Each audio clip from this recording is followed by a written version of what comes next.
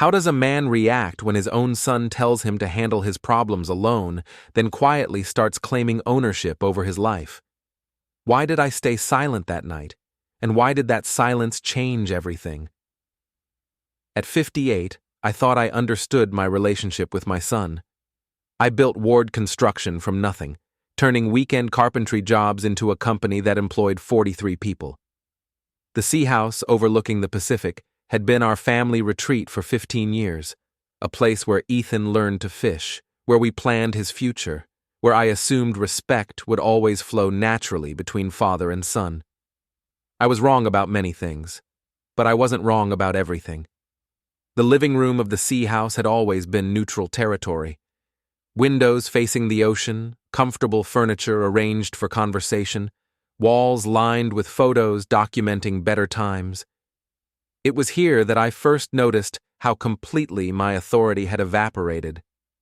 The deck needs refinishing before winter, I mentioned during what I thought was a casual family discussion. Ethan was sprawled across the leather sofa, laptop balanced on his knees, typing responses to work emails. Laura sat beside him, scrolling through her phone with practiced indifference. "I've already called someone," Ethan replied without looking up. "They'll start next week." "Which contractor?" "Does it matter? It's getting done." Laura glanced up from her screen. "Ethan handles all that stuff now, Franklin. You don't need to worry about maintenance anymore." The phrase hung in the air like smoke. You don't need to worry, as if concern for my own property was somehow optional, as if my involvement was a burden rather than a right. "I'd like to know who's working on the house," I said carefully. Ethan finally looked at me, the expression somewhere between annoyance and pity. "Dad, I've got this. You taught me to handle responsibility, remember? Let me handle it." There was logic in his words, but something underneath felt wrong. This wasn't collaboration or shared responsibility. This was replacement. I was being managed, not consulted. "The insurance requires approval for major work," I tried again. "Already handled." "The deed specifies—" "Dad." Ethan's voice carried a warning. "I said I've got this." Laura smiled without warmth. "Franklin, you've worked so hard for so long. Isn't it nice to finally relax?" Finally relax. As if I was already retired.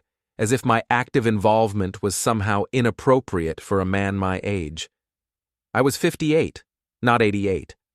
The conversation moved on to other topics: Laura's promotion, Ethan's latest project at the company, weekend plans that didn't include me.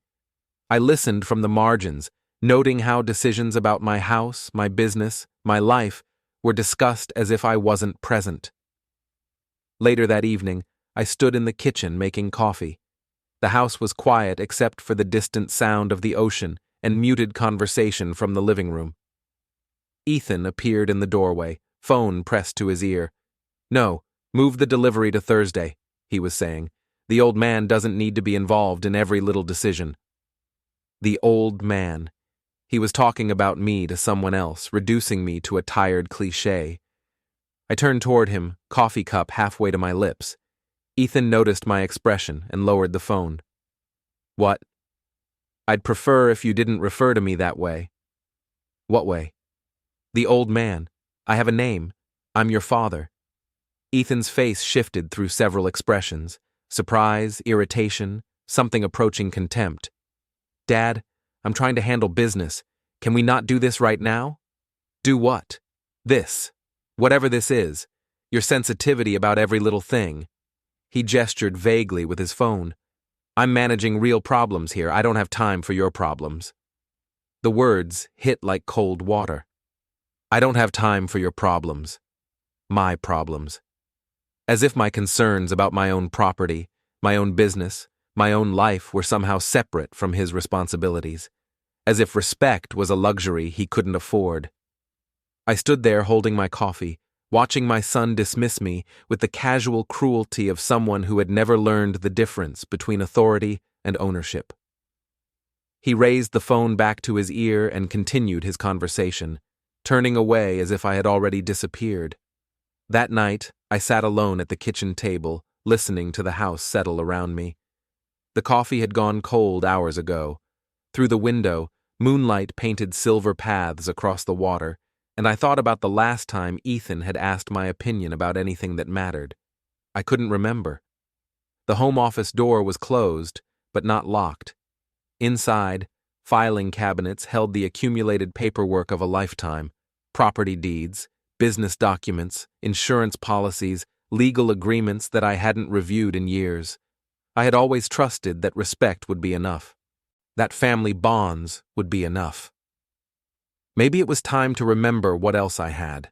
My home office had become a museum of better intentions. Awards from the Chamber of Commerce gathered dust beside photos of construction projects completed on time and under budget. The filing cabinet in the corner held 30 years of careful record-keeping, each document a small proof that I had built something worth inheriting. But inheritance, I was beginning to understand, was different from entitlement. I pulled out the folder marked Ward Construction, Corporate Structure, and spread the contents across my desk. Articles of incorporation dating back to 1994, share certificates, board resolutions, partnership agreements that had evolved as the company grew from a two-man operation to a regional contractor employing dozens of skilled workers. The numbers were clear. I owned 67% of the company. Ethan owned 18%, shares I had gifted him gradually as he proved himself capable and committed.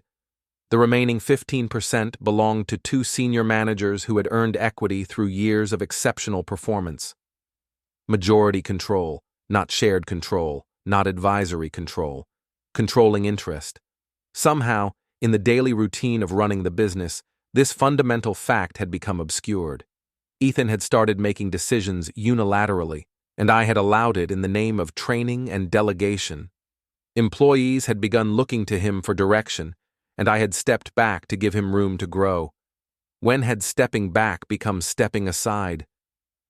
I drove up the coastal highway that evening, windows down, letting the salt air clear my head. The road followed the cliff line for miles, offering glimpses of the Pacific through gaps in the cypress trees. This was where I came to think, where I had always come when problems required more than quick solutions. 27 years ago, I had driven this same route after quitting my job at Morrison Construction. Hazel was pregnant with Ethan, and I was tired of building other people's dreams while my own remained blueprints. I had $3,000 in savings, a truck that needed transmission work, and absolute certainty that I could do better on my own. Ward Construction started in our garage. The first contract was a deck repair job that paid $400. I worked weekends and evenings, building a reputation for quality work and reliable scheduling. Hazel handled the books and answered the phone between doctor's appointments and morning sickness. When Ethan was born, I held him in the hospital and promised him something better than what I'd had. My father had been a good man, but a poor planner, generous with his time, but careless with his future. He passed away at 62 with nothing to leave behind except debts and good intentions. I swore my son would inherit security, opportunity, and the satisfaction of continuing something meaningful. I taught him to read blueprints before he could ride a bicycle. He spent summer afternoons on job sites, learning the difference between craftsmanship and shortcuts. By high school, he could frame a wall, install plumbing, and calculate material costs in his head. "This will all be yours someday," I told him countless times, "but you have to earn it. Ownership without understanding is just expensive ignorance." He seemed to understand. He worked summers for the company, starting with cleanup and advancing to skilled labor. He studied business in college, then came back to work full-time with enthusiasm and fresh ideas. I was proud of his competence, his ambition, his natural leadership. When had leadership become dominance? When had ambition become impatience? I pulled into the overlook parking area and sat watching the sunset paint the water in shades of gold and orange. A few other cars shared the space, couples holding hands, families with young children, elderly people who had learned to appreciate quiet moments. My phone buzzed with a text from Ethan. Moved the Morrison meeting to Tuesday. Easier to handle without complications. Complications. That's what I had become in the business I built from nothing. The next morning, I returned to the filing cabinet and pulled out another folder. Sea House, property records. The deed was straightforward. I had purchased the property in 2008, financing it through the company as an executive retreat and client entertainment venue. The mortgage was paid off 3 years ago. Title was clear and unencumbered. Franklin Ward, sole owner. Not Franklin and Ethan Ward, not Ward Family Trust, not shared ownership with complex inheritance provisions. My name alone appeared on every document. Yet somehow, Ethan had begun speaking about the house as if it was already his. Laura referred to future renovation plans as if her opinion carried equal weight with mine. Contractors were being hired and insurance claims filed without my knowledge or approval. How had I allowed this to happen? The answer was uncomfortable but clear. I had confused love with surrender. I had mistaken delegation for abdication. In my eagerness to prepare Ethan for eventual leadership, I had forgotten that leadership required permission, not just competence. Respect wasn't something that could be inherited. It had to be earned, maintained, and sometimes reclaimed. My phone rang, interrupting my thoughts. Harold Klein's name appeared on the screen. My attorney, my old friend, someone I hadn't spoken to in months. Franklin, how are you? I was just thinking about you. I'm well, Harold. What's on your mind? Actually, I was hoping to ask you the same question. I had an interesting conversation yesterday with a young man who claimed to represent Ward Construction, wanted to discuss some contract modifications that would require board approval. I felt something cold settle in my stomach. What kind of modifications? Changes to the executive authority structure, expansion of decision-making powers for non-majority shareholders. Honestly, Franklin, it sounded like someone was trying to reorganize your company without involving you. The silence stretched between us for several seconds. Franklin, are you there? I'm here, Harold. I think we need to talk. The Ward Construction lobby had always been a source of quiet pride. Polished hardwood floors, walls lined with photos of completed projects, a reception desk that Hazel had helped me choose 15 years ago. Walking through those doors each morning felt like coming home to something I had built with my own hands. This morning felt different. Good morning, Mr. Ward. Calla, our receptionist, greeted me with her usual smile, but there was something tentative in her expression, as if she wasn't sure which Mr. Ward she was addressing. Morning, Jen? Any messages? I gave them all to Ethan, she said quickly. He said he'd handle everything. He said he'd handle everything. When had that become the standard procedure? When had my messages started going to my son by default? I walked past the reception area toward the executive offices, noting how conversations quieted as I passed. Not the respectful quiet of employees greeting their boss, but the awkward silence of people who weren't sure what my role was anymore. The conference room door was open, and I could hear Ethan's voice carrying clearly into the hallway. We need to move faster on the Henderson project, he was saying. I don't want to get bogged down in the old man's cautious approach. Sometimes you have to take risks to grow. The old man's cautious approach. My business philosophy, developed over 30 years of successful projects, reduced to an obstacle to be overcome. I paused in the doorway. 6 employees sat around the conference table.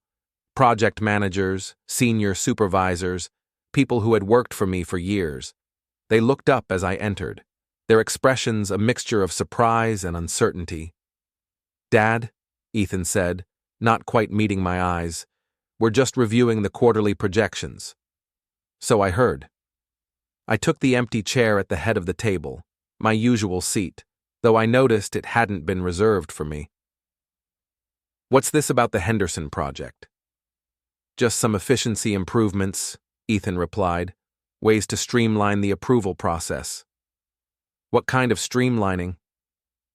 The room was completely quiet now. 6 employees watched this exchange like spectators at a tennis match, their heads turning between father and son with each volley. "Look, Dad, maybe we should discuss this privately," Ethan said. "I think our project managers should hear this conversation," I replied, "since it affects how they do their jobs." Ethan's jaw tightened. "Fine. I think we can improve our response time by eliminating redundant approval steps. Too many decisions get delayed while we wait for sign-offs that don't add value." "Which sign-offs specifically?" "The ones that slow down progress without improving quality." It was a careful non-answer, designed to sound reasonable while avoiding specifics. But I understood the implication. My approval was redundant. My oversight was unnecessary delay. My involvement was inefficiency. "I see." I looked around the table at faces I had known for years. "What do you think, Zane? Are my approvals slowing down your projects?" Zane Eldro, our senior project manager, shifted uncomfortably in his chair. "Well, Mr. Ward, I mean, we always appreciate your input. That's not what I asked." Zane glanced at Ethan, then back at me. "Sometimes the approval process takes longer than we'd like." "How long?" "Maybe a day or two." "A day or two to review projects worth hundreds of thousands of dollars?" "Well, when you put it that way." "Is there another way to put it?" The silence stretched until Ethan cleared his throat. "Dad, I think we're getting off track here." "Are we? I thought we were discussing efficiency." I stood up slowly, noting how everyone's attention followed the movement. "Carry on with your meeting. I'll be in my office if anyone needs redundant approval for anything." I walked out without looking back, but I could feel the weight of their stares following me down the hallway. My office felt smaller than usual. The desk where I had signed thousands of contracts, the window overlooking the parking lot where I had watched the company grow from 3 vehicles to 22, the bookshelf holding building codes and business journals that I had studied to stay current with industry changes. How long since anyone had asked for my opinion on anything that mattered?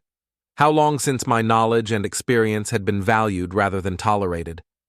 I opened my laptop and pulled up the company's organizational chart. At the top, Franklin Ward, President and CEO. Below that, Ethan Ward, Vice President of Operations. Below that, department heads, project managers, supervisors, clear hierarchy, defined authority, established chain of command. But organizational charts were just pieces of paper. Real authority came from respect, and respect had to be maintained, not assumed. That evening, I sat in my home office reviewing documents I should have examined months ago.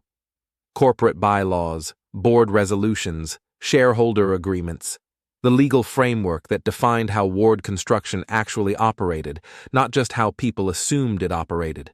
The facts were clear. As majority shareholder and CEO, I retained final authority over all major decisions. Ethan's position as VP of Operations gave him significant day-to-day responsibility, but not autonomous control. Any changes to the executive structure required board approval, and I controlled the board. Yet somehow, in the daily routine of running the business, these fundamental facts had been forgotten, or ignored, or deliberately obscured. My phone buzzed with a text from Laura. "Ethan's working late again. This company demands too much from him." This company, as if it was some external entity making unreasonable demands on her boyfriend, as if the business I had built from nothing was somehow separate from the family that would inherit it. I thought about Harold's phone call, about Ethan's attempt to modify the executive authority structure without involving me. I thought about employees who no longer knew whose approval they needed. I thought about my son referring to me as the old man and dismissing my concerns as problems he didn't have time for. Somewhere in the process of preparing Ethan for leadership, I had forgotten that leadership couldn't be taken, only given, and it could be withdrawn just as deliberately as it had been granted. I opened a new document on my computer and began typing. To all Ward Construction employees. From Franklin Ward, President and CEO Organizational clarity. Effective immediately. All major project decisions, contract modifications, and policy changes require my direct approval before implementation. I stopped typing and stared at the screen. This felt reactive, defensive, the response of someone who had lost control and was scrambling to regain it. It would work, but it would also create exactly the kind of workplace drama that I had always tried to avoid. There had to be a better way, a cleaner way, a way that restored proper authority without creating chaos or embarrassment for anyone involved. I deleted the draft email and reached for the phone. Harold Klein answered on the second ring. "Harold, it's Franklin. Do you have time to meet tomorrow? I think I need some legal advice." "Of course. What kind of advice?" "The kind that clarifies ownership without destroying relationships." "Ah," Harold said quietly. "One of those situations. Yes, I think we should definitely talk." Harold Klein's law office occupied the top floor of a downtown building that had been elegant in the 1980s and was now merely well-maintained. Floor-to-ceiling windows offered views of the harbor, and the conference table could seat 12 people comfortably. But this morning, it was just Harold and me, surrounded by documents that told the story of my life's work. "Let's start with the basics," Harold said, adjusting his reading glasses. "Ward Construction, incorporated in California in 1994. You own 67% of the outstanding shares. Ethan owns 18%. 2 other employees own the remaining 15%. "That's correct. Corporate bylaws specify that major decisions require approval from shareholders representing at least 51% of outstanding shares. As majority shareholder, you have effective control over all significant business operations." "That's what I thought." Harold looked up from the documents. "Franklin, what exactly has been happening at your company?" I told him about the gradual erosion of my authority, the decisions being made without my input, the employees who no longer seemed sure whose approval they needed. I told him about Ethan's attempt to modify the executive structure and Laura's casual assumption that my involvement was optional. Harold listened without interruption, occasionally making notes on a legal pad. When I finished, he leaned back in his chair and was quiet for several moments. "This is more common than you might think," he said finally. "Successful business owners often face this issue as they approach retirement age. Family members, employees, even professional advisors sometimes assume that authority has transferred when it actually hasn't. I'm not retiring. I understand that. But perception can become reality if it's not corrected. The question is how you want to handle the correction." "What are my options?" Harold opened a fresh legal pad. Option 1. Formal corporate restructuring. We call a board meeting, review the existing authority structure, and clarify reporting relationships. Clean, legal, unambiguous. What's option 2? Informal conversation. You sit down with Ethan privately and work out the boundaries between his operational responsibilities and your ownership authority. Faster, cheaper, potentially more harmonious. And option 3? Harold smiled slightly. Option 3 is what I call the educational approach. You let the current situation continue until someone makes a decision they don't have the authority to make. Then you correct it publicly and permanently. I thought about this for several minutes, watching harbor traffic through the conference room windows. Small boats moved between the commercial piers, following navigation rules that everyone understood and respected. Clear boundaries, predictable consequences, order maintained through mutual agreement. What would you recommend? That depends on what you're trying to accomplish. Do you want to restore your authority, or do you want to transfer it gradually to Ethan? I want to restore it first. Transfer it later, if and when he earns it. Harold nodded. Then I'd recommend option 1 with elements of option 3. We clarify the legal structure formally, but we wait for the right moment to implement the clarification. What kind of moment? The kind where Ethan overreaches in a way that can't be ignored or explained away, where the consequences are educational rather than punitive. We spent the next 2 hours reviewing corporate documents, identifying potential issues, and developing what Harold called defensive preparations. Nothing dramatic or aggressive, just careful documentation of existing authority structures and quiet updates to ensure that all legal paperwork reflected current reality. From the law office, I drove to First National Bank, where I had maintained business accounts for 20 years. Elaine Porter, the branch manager, greeted me in her private office with the kind of professional warmth that came from years of successful business relationships. "Franklin, good to see you. What can I help you with today?" "I need to review the signature authorities on my business accounts." Elaine pulled up the account information on her computer. "Let's see. Ward Construction Operating Account, Equipment Financing Account, Payroll Account. You're listed as primary signatory on all accounts, with Ethan Ward as secondary signatory." "What does secondary signatory mean exactly?" "He can sign checks and authorize transfers up to the limits we have on file, but you retain primary control and can modify his access at any time." "What are his current limits?" Elaine scrolled through several screens. "Looks like $25,000 per transaction, with a monthly limit of $100,000. I felt something cold settle in my stomach. "When were those limits established?" "Let me check. Looks like they were increased 6 months ago." "Increased from what?" "Previous limits were $5,000 per transaction, $20,000 per month." "Who authorized the increase?" Elaine's expression became carefully neutral. "The request came from Ethan Ward. He indicated that you had approved the change but were too busy to come in personally." Too busy to come in personally. My son had increased his access to company funds by claiming I was too busy to handle my own banking, and I had never been notified. "I'd like to review all account activity for the past 6 months," I said. "Of course, I'll have our accounting department prepare a summary for you. I'd also like to modify the signature authorities." "What kind of modifications?" "Reduce the secondary signatory limits back to the original amounts, and add a requirement that I be notified of any future change requests." Elaine made notes on a form. "We can implement those changes immediately. You'll need to sign some paperwork." 20 minutes later, I walked out of the bank with copies of 6 months of account activity and the quiet satisfaction of having restored proper financial controls. The account summaries made interesting reading.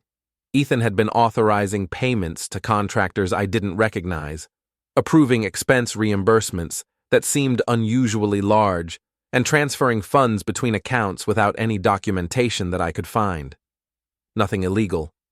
Nothing that couldn't be explained as legitimate business expenses, but a pattern of financial independence that went well beyond his actual authority. My final stop was the county recorder's office, where property deeds were filed and maintained. I wanted to review the paperwork on the C House, just to confirm what I already knew. The clerk, a middle-aged woman with efficient mannerisms, pulled up the property records on her computer. 1247 Coastal Drive, purchased in 2008, mortgage satisfied in 2019. Title is clear and unencumbered. Who's listed as the owner? Franklin Ward, individual ownership. Not joint ownership, not family trust? No, just your name. Is there a problem with the title? No problem. I just wanted to confirm the details. I drove home along the coastal highway, thinking about the morning's discoveries. Legal authority that I had never surrendered. Financial controls that had been modified without my knowledge. Property ownership that was clear and unambiguous, despite my family's assumptions to the contrary. Harold was right. Perception had become reality in the absence of correction.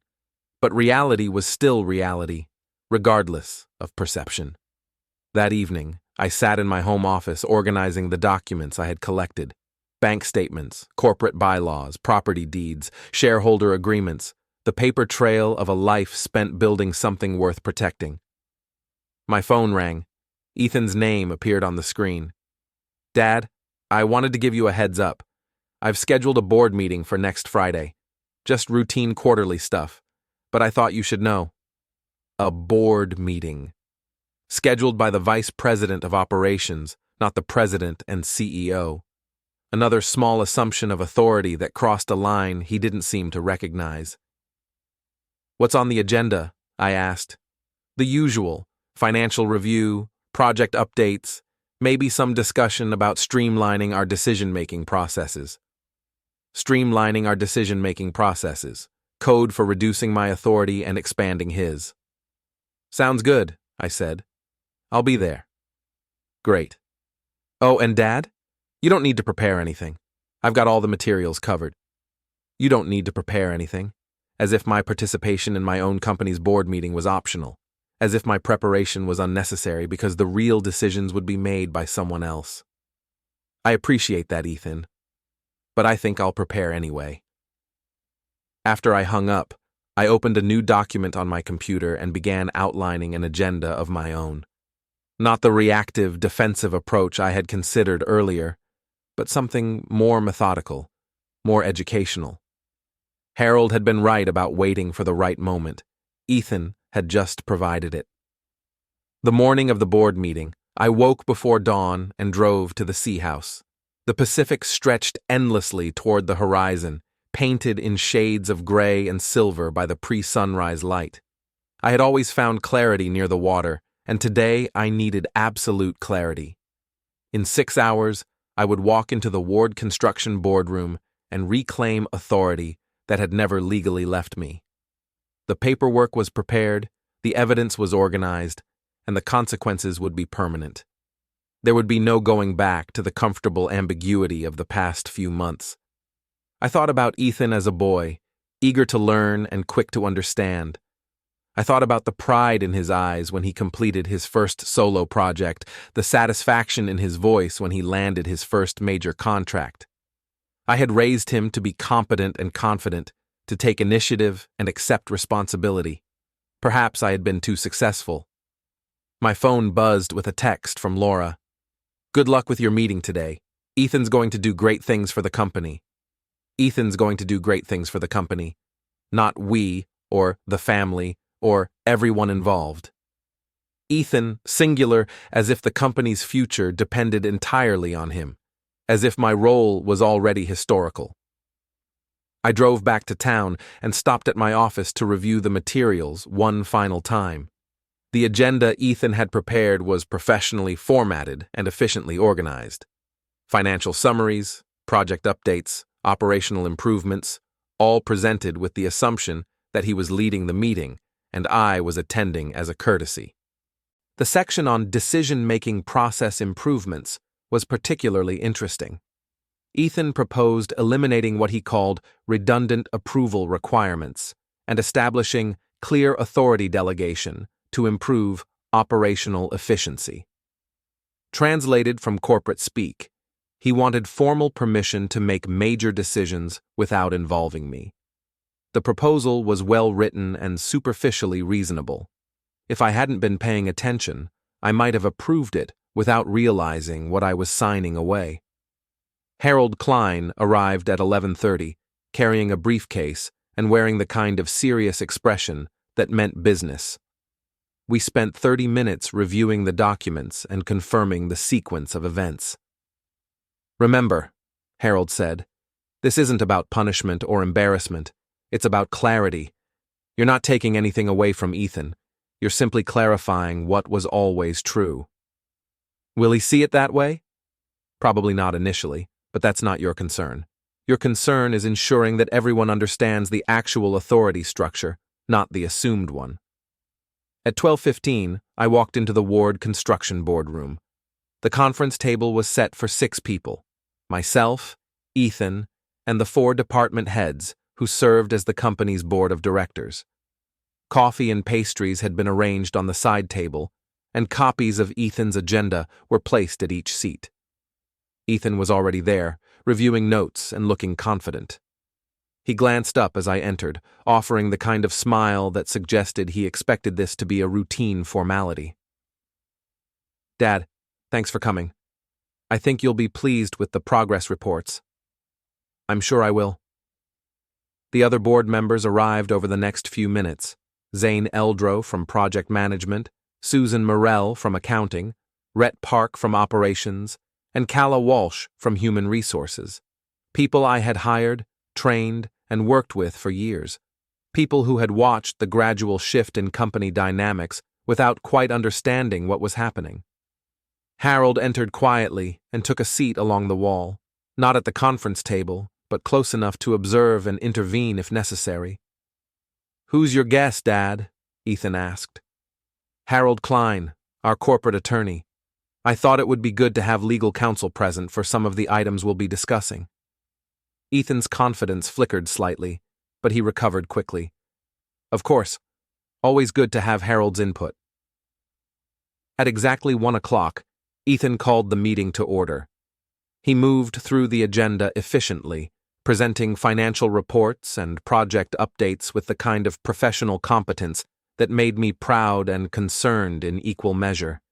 He was good at this, very good, which made what was about to happen more necessary, not less. "The final item on our agenda," Ethan said, "is a proposal to streamline our decision-making processes.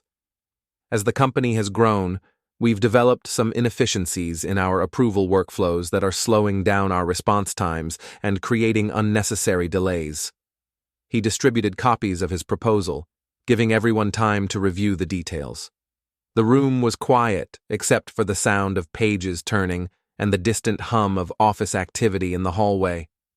"The basic concept," Ethan continued, "is to eliminate redundant approval steps and establish clear authority delegation.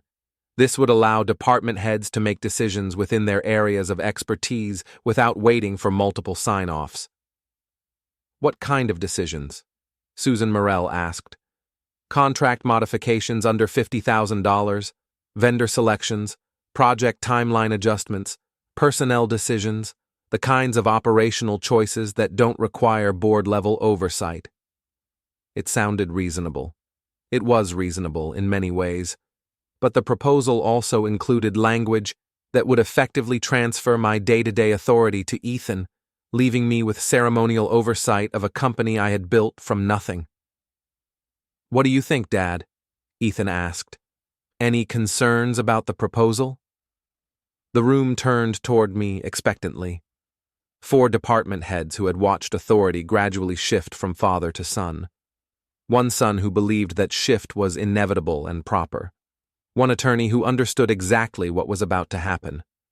This was the moment Harold had described.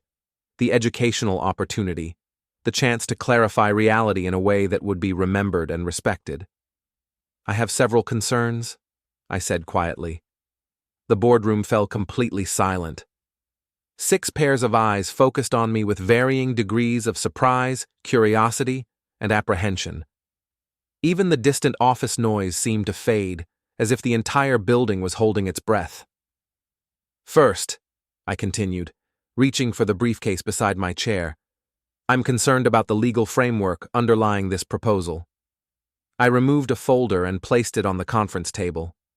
"Harold, would you mind reviewing the corporate structure for everyone?" Harold opened his own briefcase and consulted a document. "Certainly. Ward Construction is a California corporation with 5 shareholders. Franklin Ward owns 67% of outstanding shares. Ethan Ward owns 18%. The remaining 15% is divided among other employees." "What does that mean in practical terms?" I asked. "It means Franklin Ward has controlling interest in the corporation and final authority over all major decisions. While day-to-day operations can be delegated, ultimate responsibility remains with the majority shareholder." Ethan's face had gone very still. "Dad, what's this about?" "It's about clarity, son. It's about ensuring everyone understands how this company actually operates." I opened the folder and removed several documents. These are the corporate bylaws, filed with the state of California and unchanged since 1994. They specify that major policy decisions require approval from shareholders representing at least 51% of outstanding shares. I placed the bylaws in the center of the table where everyone could see them. The proposal you've presented today would constitute a major policy change. It would transfer significant operational authority from the CEO to the VP of Operations. Under our corporate structure, that requires my approval as majority shareholder. Of course, Ethan said quickly. That's why we're discussing it here. I'm asking for your approval. I understand, but I'm concerned that this request reflects a fundamental misunderstanding about authority structures that has been developing for some time. I removed another document from the folder. These are bank records from the past 6 months, showing signature authority changes that were made without my knowledge or approval. Susan Morell leaned forward to examine the papers. What kind of changes? Ethan's spending authority was increased from $5,000 to $25,000 per transaction, with monthly limits raised from $20,000 to $100,000. The bank was told I had approved these changes, but was too busy to come in personally. The room was completely quiet now. Ethan's face had gone pale, and I could see him calculating the implications. Dad, I can explain. I'm sure you can. But the explanation isn't the issue. The issue is that these changes were made without my knowledge, using my authority, affecting my company's financial controls. I placed a third document on the table. This is the deed to the Sea House, showing sole ownership in my name.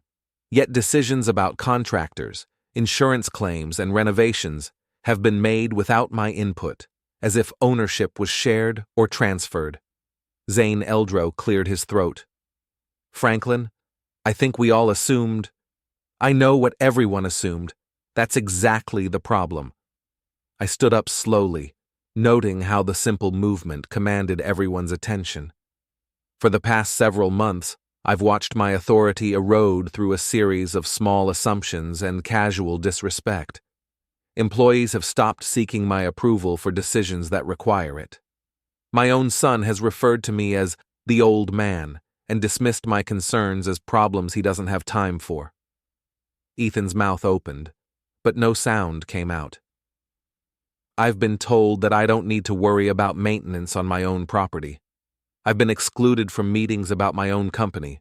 I've been managed and marginalized by people who seem to believe that authority transfers automatically with age, rather than being deliberately granted. I walked to the window overlooking the parking lot where I had watched this company grow for 25 years. I want to be very clear about something. I am 58 years old, not 88. I am in excellent health and have no intention of retiring in the immediate future. I own controlling interest in this company and sole ownership of the Sea House. These are not matters of opinion or assumption. They are legal facts. When I turned back to face the room, every person at the table was staring at me with expressions ranging from shock to embarrassment to something approaching fear. Ethan, your proposal to streamline decision-making processes is denied. Effective immediately, all major decisions, contracts over $10,000, personnel changes, policy modifications, and capital expenditures require my direct approval before implementation. Dad, you can't. I can and I am. Harold, please read the relevant section of the corporate bylaws. Harold consulted his document. Section 4.3 specifies that the CEO, acting with authority derived from majority shareholder status, has final approval over all operational policies and procedures. Furthermore, I continued, signature authority on all company accounts is hereby reduced to previous levels with notification requirements for any future change requests. The bank has already been informed of these modifications. Susan Morell was taking notes rapidly. Rhett Park sat frozen in his chair. Calla Walsh looked like she wanted to disappear entirely. I want everyone to understand that this is not personal criticism or family drama. This is business clarification. Ethan is an excellent VP of operations, and his contributions to this company are valuable and appreciated. But he is the VP of operations, not the CEO. He owns 18% of the company, not 67%. I returned to my seat and closed the folder. The authority structure of this company has never changed, despite assumptions to the contrary. What has changed is my tolerance for those assumptions. Ethan found his voice at last. Dad, I think you're overreacting to… To what?